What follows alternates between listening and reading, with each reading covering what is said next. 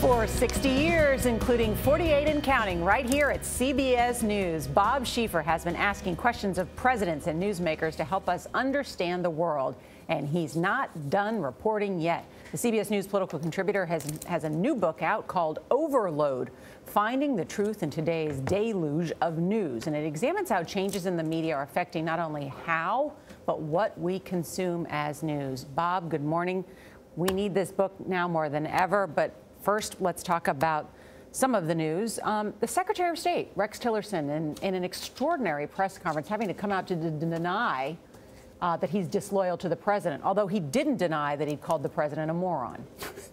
Well, you know, extraordinary is certainly the word. I can never remember a Secretary of State calling a news conference to say he's loyal to the president.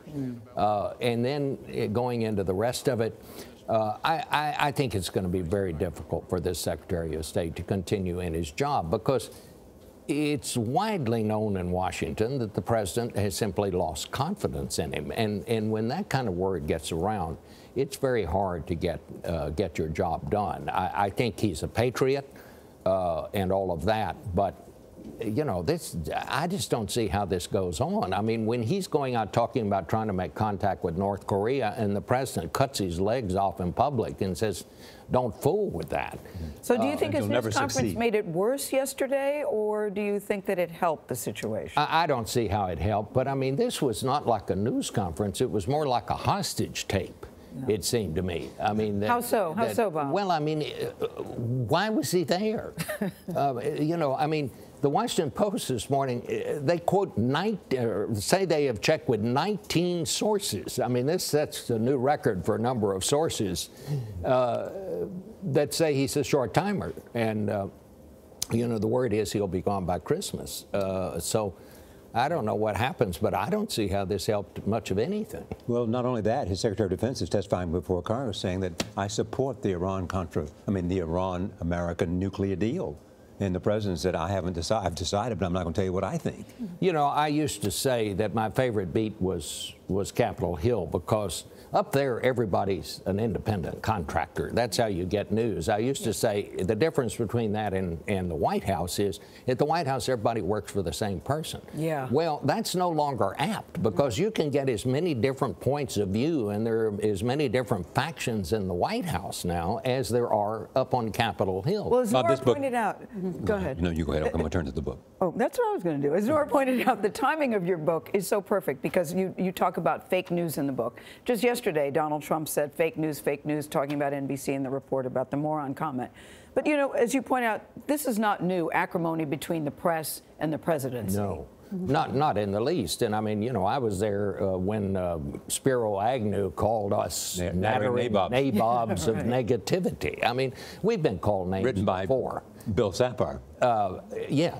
And I think Pat Buchanan had a hand in that. But people are getting their news from many different sources. What is different is we're so overloaded from information with so many different sources that it's hard to separate the wheat from the chaff. So are we better off because we have so much more information today? Right now, we're simply overwhelmed by it, because we're in the midst of this communications revolution that has totally changed not only how we get the news, but our whole culture. And what's the danger to the republic? Well, the danger is that once this stuff gets out there, it's so hard to knock it down, and we're seeing that every day. Look, the day after the shooting out in Las Vegas, there were stories on the internet that he was a recent convert to Islam, that he was connected in some way with ISIS, that he was a big fan of Rachel Maddow, as if that's some sort of a sin. Well, all of that was totally false. But I mean, it even fooled me.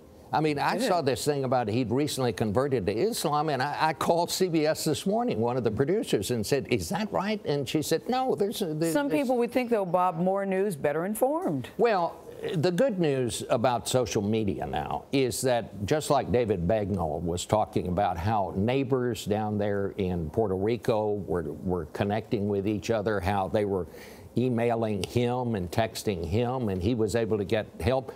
But the other part is, the stuff that appears on social media does not go through the same vetting process that people used to know about and we used to trust when we had 3 television stations in every town. You started out as a newspaper man. You started out as a newspaper Yeah. man, and you bemoan the loss of newspapers, and also you bemoan the fact that people in between the 2 coasts don't have newspapers, and there's no corrective to power in so many communities.